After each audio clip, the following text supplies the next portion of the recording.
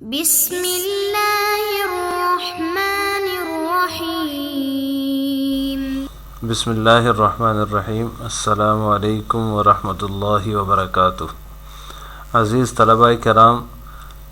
آج ہم آثار السنن جو کہ حدیث کی ایک کتاب ہے جس کو فقہ کی ترتیب پر لکھا گیا ہے، اس کتاب کو آج ہم شروع کر رہے ہیں۔ اس سے پہلے ہم چند ابتدائی مباحث پڑھیں گے جس کے اندر ہم سب سے پہلے آج کے سبق میں حدیث، علم حدیث کی تعریف، موضوع، غرض و غایت، اسی طرح حدیث، اثر اور خبر میں فرق پڑھیں گے، اور اس کے بعد دیگر کچھ چیزیں ہوں گی، اور پھر اس کے بعد ہم باقاعدہ کتاب کو شروع کریں گے۔ سب سے پہلے آج کے سبق میں ہم حدیث کی تعریف اور اس کے بعد علم حدیث کی تعریف، اس کا موضوع، اس کی غرض و غایت اور حدیث، اثر اور خبر میں فرق پڑیں گے۔ تو سب سے پہلی چیز ہے حدیث۔ حدیث کہتے ہیں وہ قول رسول اللہ صلی اللہ علیہ وسلم و فعلہ و تقریرہ، آپ صلی اللہ علیہ وسلم کی بات، آپ صلی اللہ علیہ وسلم کا ارشاد مبارک، آپ صلی اللہ علیہ وسلم کا فعل مبارک اور آپ صلی اللہ علیہ وسلم کی تقریر کو حدیث کہا جاتا ہے۔ یعنی اس میں تینوں چیزیں شامل ہیں، آپ صلی اللہ علیہ وسلم کا قول مبارک بھی، جو آپ صلی اللہ علیہ وسلم ارشاد فرماتے ہیں اپنی زبان مبارکہ سے، وہ بھی، اور جو آپ صلی اللہ علیہ وسلم نے اعمال کیے ہیں، اور اسی طرح آپ صلی اللہ علیہ وسلم کے سامنے کوئی کام ہوا، آپ نے اس پہ خاموشی اختیار فرمائی، تو وہ تقریر ہے۔ تو یہ تینوں چیزیں جو ہے ان کے اوپر حدیث کا اطلاق ہوتا ہے۔ تقریر سے مراد یہ ہے کہ رسول اللہ صلی اللہ علیہ وسلم کے سامنے کوئی کام ہوا یا پھر کوئی بات ہوئی، تو آپ صلی اللہ علیہ وسلم اسے جاننے کے باوجود آپ نے ان کو منع نہیں فرمایا اس سے، بلکہ خاموشی اختیار فرمائی۔ تو یہ آپ صلی اللہ علیہ وسلم کی خاموشی اس کام کے جائز ہونے کی دلیل ہے، یعنی آپ صلی اللہ علیہ وسلم کی خاموش تائید گویا کہ اس کام کے جواز کے اوپر دلیل ہے کہ آپ صلی اللہ علیہ وسلم اس کام کو جائز سمجھتے ہیں، اس لیے آپ صلی اللہ علیہ وسلم نے منع نہیں فرمایا۔ کیونکہ تقریر وہ ہوتی ہے جو آپ صلی اللہ علیہ وسلم کے سامنے ایک کام ہوا ہے، یا پھر یہ کہ آپ صلی اللہ علیہ وسلم کے سامنے کسی واقعے کا ذکر ہوا ہے، اگر تو وہ غلط ہے تو آپ صلی اللہ علیہ وسلم کا منصب رسالت یہ ہے کہ آپ اس پر نکیر فرمائیں۔ اگر آپ نے نکیر نہیں فرمائی، آپ خاموش رہے، آپ نے خاموشی اختیار فرمائی، تو گویا کہ اس کام کے جواز کو، اس کام کے جائز ہونے کو آپ صلی اللہ علیہ وسلم کی خاموش تائید حاصل ہو گئی ہے۔ تو آپ صلی اللہ علیہ وسلم کی خاموشی دلیل کی علامت ہے اس کام کے جائز ہونے کے لیے، اس کو تقریر کہا جاتا ہے۔ اس سے دوسری تعریف اس کی حدیث کی یہ کی جاتی ہے، یہ عام تعریف ہے، وہ تو خاص ہے آپ صلی اللہ علیہ وسلم کے قول، فعل اور تقریر کے ساتھ۔ دوسری جو عام تعریف کی جاتی ہے وہ یہ ہے وہ قول النبی صلی اللہ علیہ وسلم و فعلہ و تقریرہ، اس طرح وہ قول الصحابی و فعلہ و تقریرہ، و قول التابعی و فعلہ و تقریرہ۔ یعنی کہ پہلی حدیث جو تعریف ہم نے کی اس میں حدیث خاص ہے آپ صلی اللہ علیہ وسلم کے اقوال، افعال اور تقریرات کے ساتھ۔ اب یہ جو حدیث کی عام تعریف کی جا رہی ہے، اس میں آپ صلی اللہ علیہ وسلم کے اقوال، آپ صلی اللہ علیہ وسلم کے افعال، تقریرات اور اسی طرح صحابہ کے اقوال، افعال اور تقریرات بھی شامل ہیں، اور اس کے ساتھ ساتھ تابعین کے اقوال، افعال اور تقریرات بھی شامل ہیں۔ یہ حدیث کی عام تعریف ہے۔ جس طرح آپ صلی اللہ علیہ وسلم کے اقوال، افعال اور تقریرات کو حدیث کہا جاتا ہے، اس طرح صحابہ اور تابعین کے اقوال، افعال اور تقریرات کو بھی حدیث کہا جاتا ہے۔ پھر اس میں اگر وہ آپ صلی اللہ علیہ وسلم کا قول، فعل یا تقریر ہے تو اس کو حدیث مرفوع کہیں گے، یعنی وہ ڈائریکٹ آپ صلی اللہ علیہ وسلم کی طرف اس کی نسبت ہو رہی ہے، تو وہ گویا کہ وہ حدیث مرفوع ہے۔ اگر وہ صحابی کا قول، فعل یا تقریر ہو تو وہ حدیث موقوف ہوتا ہے، یعنی وہ اس کی نسبت ڈائریکٹ آپ صلی اللہ علیہ وسلم کی ذات مبارکہ کی طرف نہیں ہے بلکہ صحابی کی طرف ہے، تو وہ حدیث موقوف کہلائے گا۔ اسی طرح تابعی کے قول، فعل یا تقریر کی طرف اگر نسبت ہو تو اس کو حدیث مقطوع کہا جاتا ہے، وہ حدیث مرفوع بھی نہیں ہوگی، موقوف بھی نہیں ہوگی، بلکہ مقطوع ہوگی۔ مقطوع کا معنی ہوتا ہے کٹا ہوا، یعنی اس کی نسبت جو ہے وہ آگے صحابہ تک بھی نہیں جا رہی، اور اس کے بعد آپ صلی اللہ علیہ وسلم کے اقوال، افعال یا تقریرات کی طرف بھی نہیں جا رہی، تو وہ مقطوع ہے، تابعی تک موقوف ہے۔ تابعی کے بعد جو ہے جو واسطہ ہے صحابہ کا، وہ بھی اس میں نہیں ہے، وہ کٹا ہوا ہے، اور اس کے بعد جو آپ صلی اللہ علیہ وسلم کی ذات مبارکہ کا واسطہ ہے ڈائریکٹ، وہ بھی نہیں ہے، تو لہٰذا وہ حدیث مقطوع کہلائے گی۔ حدیث کی وجہ تسمیہ، حدیث کی پہلی وجہ تسمیہ تو یہ ہے کہ بمعنی حادث، قدیم کی ضد ہے۔ جیسے قدیم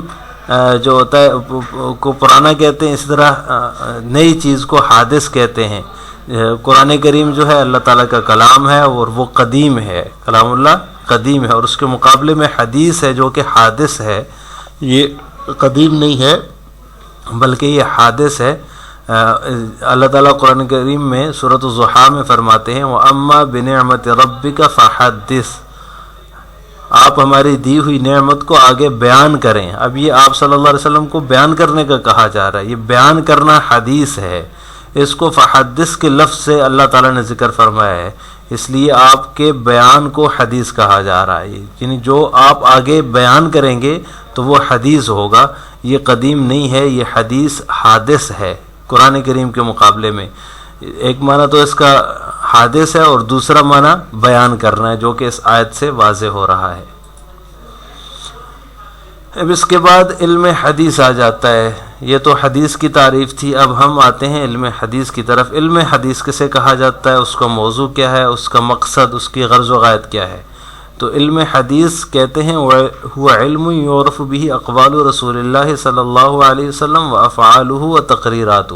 آپ صلی اللہ علیہ وسلم کے اقوال، آپ صلی اللہ علیہ وسلم کے افعال، آپ صلی اللہ علیہ وسلم کی تقریرات کے جاننے کا نام علم حدیث ہے۔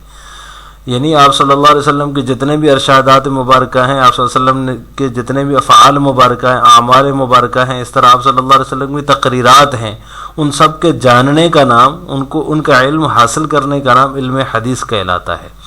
اب اس کا موضوع ہے ذات رسول اللہ صلی اللہ علیہ وسلم من حیث ہوا رسول اللہ، آپ صلی اللہ علیہ وسلم کی ذات مبارکہ علم حدیث کا موضوع ہے۔ رسول، اللہ کا رسول ہونے کی حیثیت سے، اللہ کا پیغمبر ہونے کی حیثیت سے آپ صلی اللہ علیہ وسلم کی ذات جو ہے وہ علم حدیث کا موضوع ہے۔ اللہ تعالیٰ قرآن پاک میں فرماتے ہیں لَقَدْ كَانَ لَكُمْ فِي رَسُولِ اللَّهِ أُسْوَةٌ حَسَنَةٌ، تحقیق رسول اللہ صلی اللہ علیہ وسلم کی ذات مبارکہ کے اندر تمہارے لیے بہترین نمونہ ہے۔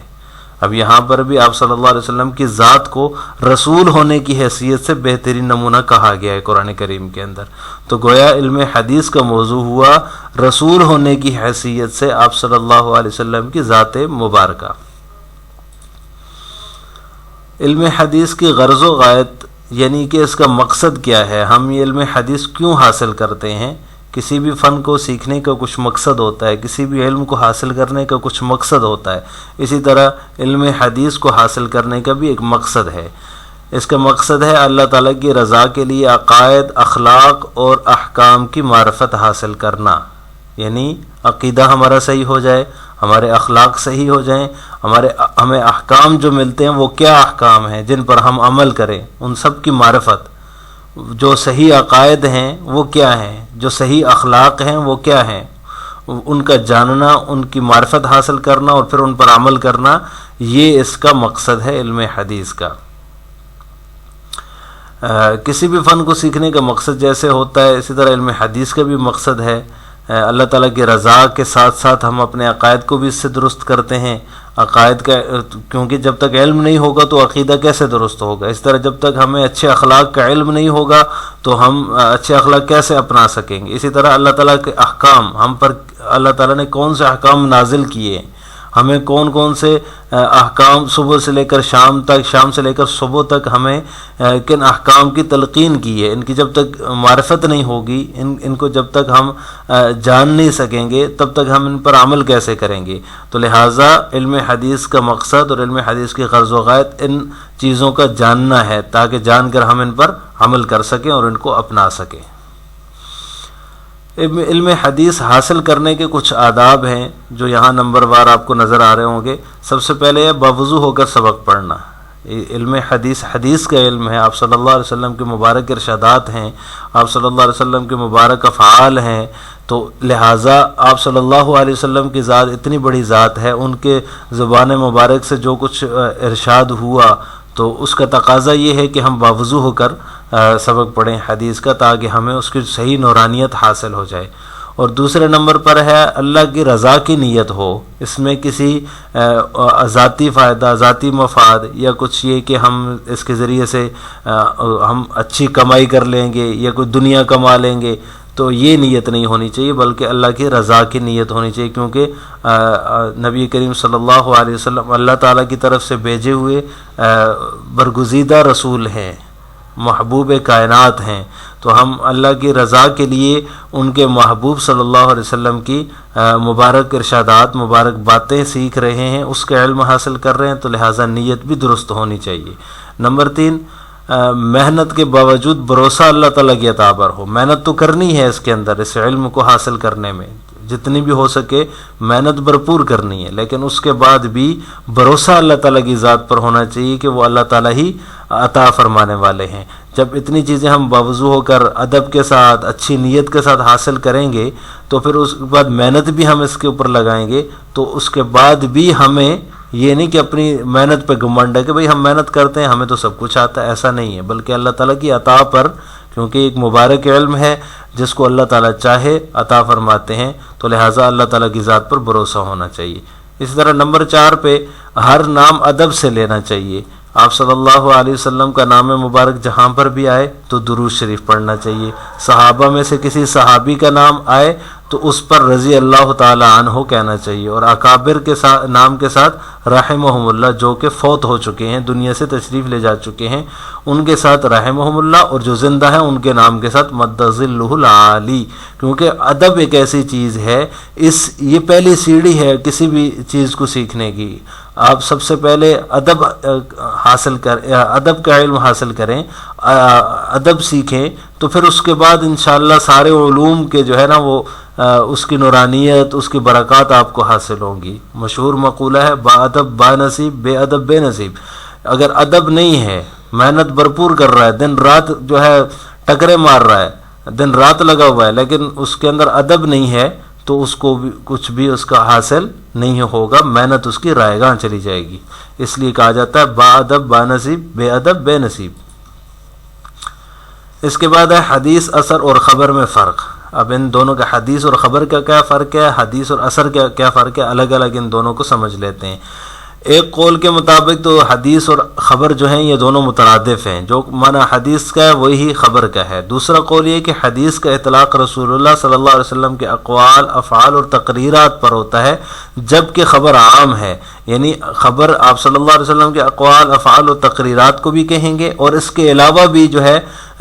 جس کسی سے اگر کوئی خبر منقول ہے تو کوئی قول ہے، کسی کا کوئی فعل ہے یا تقریر ہے، اس کو بھی خبر کہیں گے۔ لہٰذا حدیث خاص ہے اور خبر عام ہے۔ اور اسی طرح حدیث اور اثر میں کیا فرق ہے؟ حدیث اور اثر میں فرق یہ ہے کہ حدیث کا اطلاق عموماً جو ہے وہ آپ صلی اللہ علیہ وسلم کے افعال و اقوال پر ہی ہوتا ہے، جبکہ اثر جو ہوتا ہے وہ صحابہ کرام رضوان اللہ تعالی علیہم اجمعین کے اقوال و افعال پر اس کا اطلاق کیا جاتا ہے، ان کے اقوال افعال کو اثر کہا جاتا ہے۔ تو لہٰذا یہ حدیث اور خبر میں فرق، اور اس طرح حدیث اور اثر میں فرق ملاحظہ کرنا چاہیے، اس کو مد نظر رکھنا چاہیے۔ آج کے سبق کا خلاصہ یہ ہے کہ ہم نے سب سے پہلے حدیث کی تعریف پڑھی ہے، اس میں ایک تعریف جو خاص تعریف ہے وہ ہے، اور ایک عام تعریف ہے وہ پڑھی، دونوں تعریفیں ہم نے پڑھی ہیں۔ اس کے بعد ہم نے علم حدیث کی تعریف، موضوع، غرض و غایت، مقصد ہم نے پڑھا ہے، اور اس کے بعد ہم نے کچھ علم حدیث حاصل کرنے کے آداب، اور آخر میں ہم نے حدیث، اثر اور خبر کے درمیان فرق پڑھا ہے کہ ان کے اندر حدیث اور اثر میں کیا فرق ہے، حدیث اور خبر میں کیا فرق ہے۔ ٹھیک ہے، یہ ہم نے آج کے سبق میں پڑھا ہے۔ آخر میں آپ سے 2 سوال ہیں جن کے جواب آپ نے کمنٹ باکس میں دینا ہے۔ پہلا سوال ہے کہ آپ صلی اللہ علیہ وسلم کے اقوال و افعال کو خبر کہا جاتا ہے، اور دوسرا سوال ہے علم حدیث حاصل کرنے والے کو کن 2 آداب سے متصف ہونا چاہیے۔ ہم نے 3-4 پڑھے ہیں، ان میں سے آپ نے صرف 2 کا ذکر کرنا ہے، صرف 2 کو بتانے ہیں کمنٹ باکس کے اندر، لہٰذا ان دونوں سوالوں کے جواب آپ کمنٹ باکس میں بتائیے گا۔ السلام علیکم ورحمۃ اللہ وبرکاتہ۔